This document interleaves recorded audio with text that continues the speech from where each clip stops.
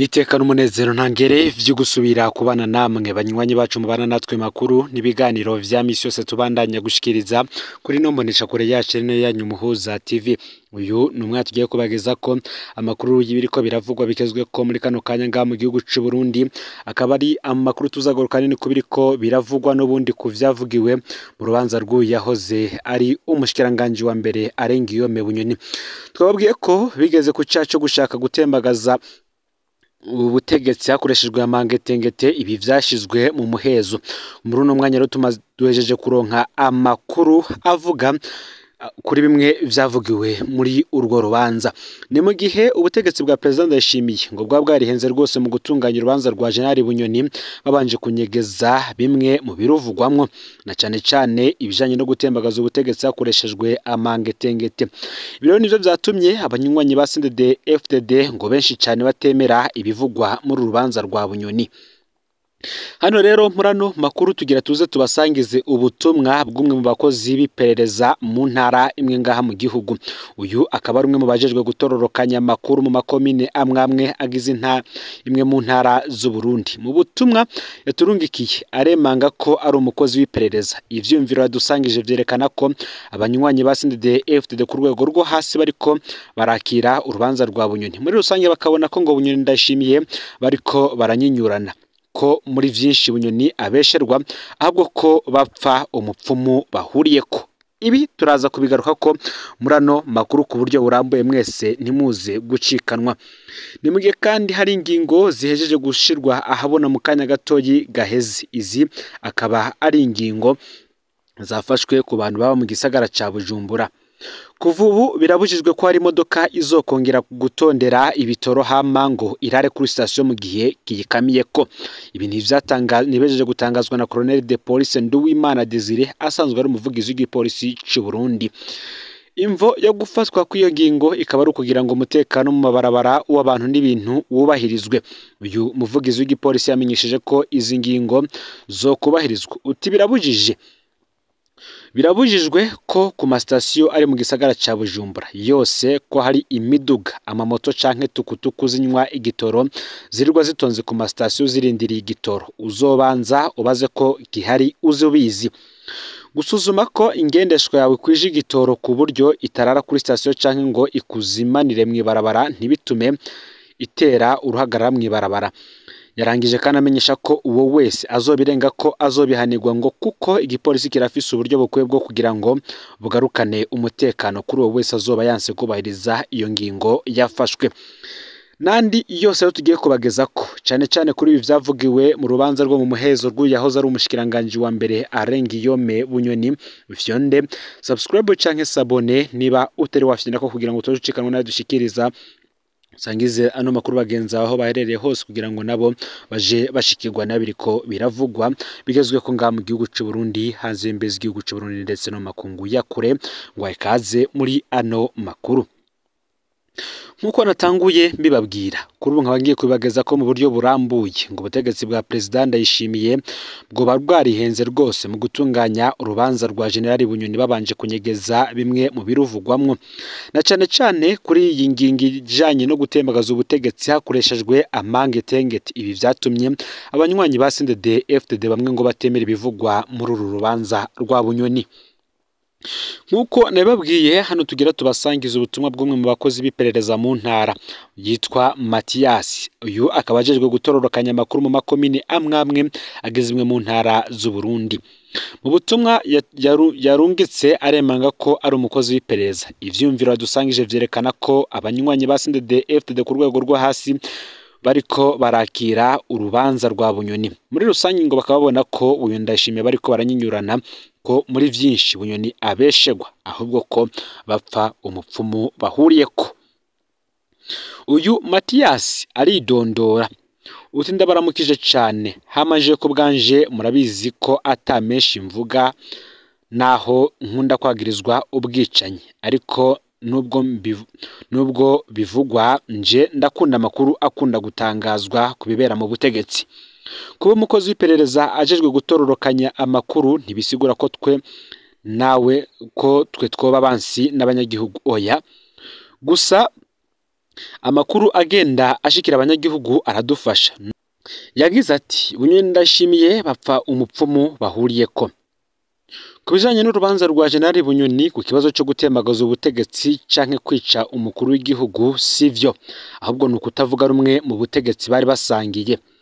Ibijanye no kuvuga ko yagira amwice akoresheje uburozi navyo sivyo, ahubwo amatwa dusumira bahuriye ku mupfumu umwe bose.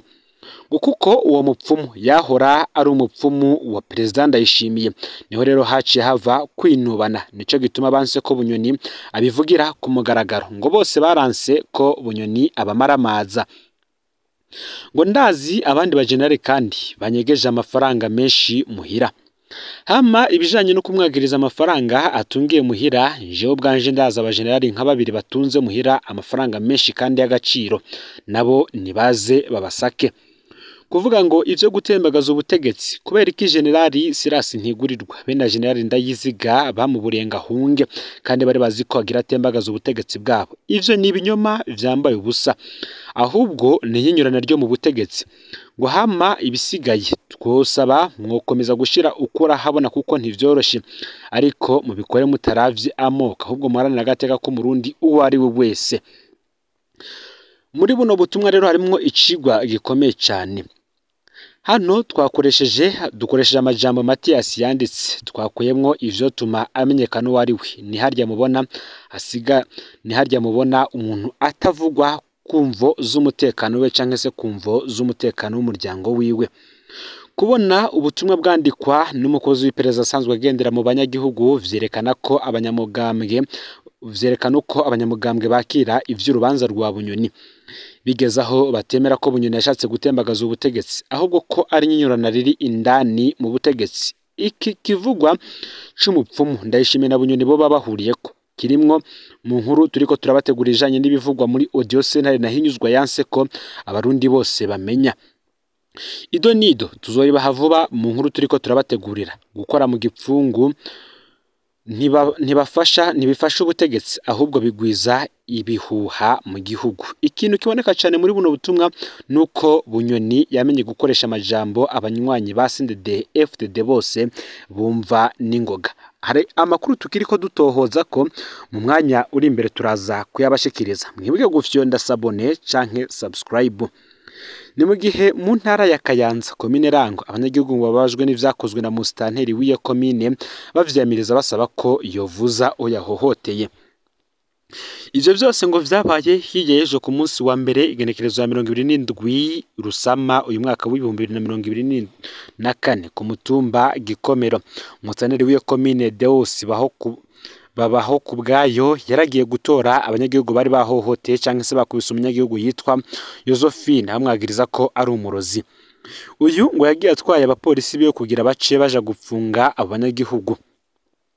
Musitanteri ngagiheza gufata abanyagihugu hari abandi bari bakungereye, bamwe bari bafise amatelefone mu maboko yabo. Icatangaje baraho Musitanteri Deus yaciye asimbira ku munyagihugu yitwa David Ndayisenga aba muri site Gikomero asanzwe ari umumoniteri agricole, aramukubita bidasanzwe mwagiriza ko ngo yariko arafotora imodoka ya musitanteri yari ihejeje gupakira abo banyagihugu. Musitanteri afadikanije n'abapolisi bamugendana barakubise umunyagihugu David n'ikintu kirimo insinga acika ikiruruma, baca bagenda bamutwaye na telefone yiwe. Musitanteri yakubita umunyagihugu yongera amutera ubwoba ko azomukura mu kazi. Abanyagihugu baranzwe n'agashavu biyamiriza iyo ngendo y'uwo musitanteri kuko atari n'irya mbere ahohotera abanyagihugu mu kubakubita, basaba ko yovuza uwo yanahohoteye. Ni mu gihe kandi ku munsi w'ejo ibintu vyari bitoroshe i Bujumbura mu isoko ya Ruvumera. Nkuko amakuru adushikira bivuga, isoko nkuru ya Ruvumera iri muri zone Buyenzi mu gisagara ca Bujumbura ku munsi w'ejo yazindutse yugaye. Bivuga ko indani muri iyo soko hari hatezweyo amagrenade menshi. Nta vyinshi byigeze bimenyekana kuri ayo magrenade, gusa reka tugaruke kuri bumwe mu butumwa bwatanzwe na bamwe mu badandaza bakorera muri iryo soko. Isoko ya Ruvumera rero yahavuye yugururwa isubira gukora, ariko hari hafashwe ingingo zikomakomeye. Nkuko nari mpejeje kubabwira, isoko ya Ruvumera yazindutse yugaye, nta numwe aremerewe kwinjira. hagumuye havugwa amagrenade ngo yatezwe indani mu isoko. Aha rero niho haciye haba inama ku bakorera muri iyo soko bose. Inama yabaye isaha 5 ku kibuga c'umupira w'amaguru kuri Paroisse Saint Augustin, yakoreshejwe n'uburongoye igipolisi muri zone Buyenzi n'icegera c'urongoye isoko ya Ruvumera. Muri iyo nama abakorera muri iyo soko ya Ruvumera ntibigeze babwirwa ivyabaye, ngo ryabaye ibanga. Abakorera muri iyo soko basomewe gusa ingingo zafashwe. Mu ngingo zafashwe ya mbere ngo hagiye huguruwe imiryango 2 gusa y'isoko, iyindi yo ikazoguma yugaye. Kirazira ko uwitwa umumasayi asubira gutembereza muri iyo soko. Kirazira ko kandi abadandaza bita abavandere basubira kubonekana batembereza muri iyo soko. Muti none nibiki koko vyabaye muri iyo soko ya Ruvumera? Ivyashitse muri iyo soko vyagizwe ibanga n'abategetsi, ariko mu matohoza twakoze twashoboye kumenya ko muri iyo soko hari umuntu yafatanywe amagrenade ejo haheze kwigenekerezo ya 28 Rusama uyu mwaka wa 2024 mu masaha y'umugoroba. Agifatwa yarabajijwe cyane mwibanga, acaravuga ko yazihawe kugira azitere muri iyo soko kandi ko bashaka kuyiturira. Uwo muntu turashobora kumenya umwidondoro yaciye yerekana aho yari yamaze kuzitega hose indani mu isoko. Makuru twatohoje izo grenade zaciye zitegurwa. Icagaragaye ngo nuko mu masaha ya gatondo ko kwigenekerezo ya 29 uku kwezi umwaka wa 2024 muri iyo soko hagumye habonekana abategetsi benshi batandukanye binjira indani bongera abasohoka. Twibutse ko iyi soko nyene ya Ruvumera iguma iberamwe ibintu bisiga ubwenge, aho kwigenekerezo ya 4 uku kwezi kwa gatanu hafi ya Murantunge kwezi kwa Ntwarante hafi yayo hari hatowe amagrenade 4 yarateze ahari kabine y'amatara y'ishiramwe Regideso nkuko twabibashikirije. Iyo soko nyene ikaba yaheruka kandi kwadukamwo umuriro mu ijoro ryo kwigenekerezo ya 2 Rusama uyu mwaka wa 2024. Umuriro watumye haba uruhombo rw'ibidandazwa bifise agaciro k'amafaranga arenga imiliyaridi 500. Nta matohoza yigeze akorwa kugira hamenyekane ivyari biteye uwo muriro. Bikabandanya bivugwa ko hari umugambi woba uhari wo guturira iyo soko, ibituma abadandaza bakora baguma badatekanye. Twibutse kandi ko abadandaza bo muri iyo soko bamaze igihe bashikiriza ko isoko itunganijwe nabi cyane nkuko navyo vyashikirijwe mu makuru yagiye araca hirya no hino ku mbuga ngurukana bumenyi. Aya niyo makuru yaragizwe ko muri kano kanya rero. Ufyonde subscribe canke sabone niba utari wafyenda ko kugira ngo tucikanwa nadushikiriza usangiza no makuru bagenzawe kugira ngo nabo baje bashikirwa n'abiriko biravugwa bigezwe ko nga mu gihugu c'u Burundi, hanze y'imbizi igihugu c'u Burundi ndetse no makungu ya kure. Numuza TV Imana ibahezagire mu bikorwa byanyu vya misi yose muri ko murakora.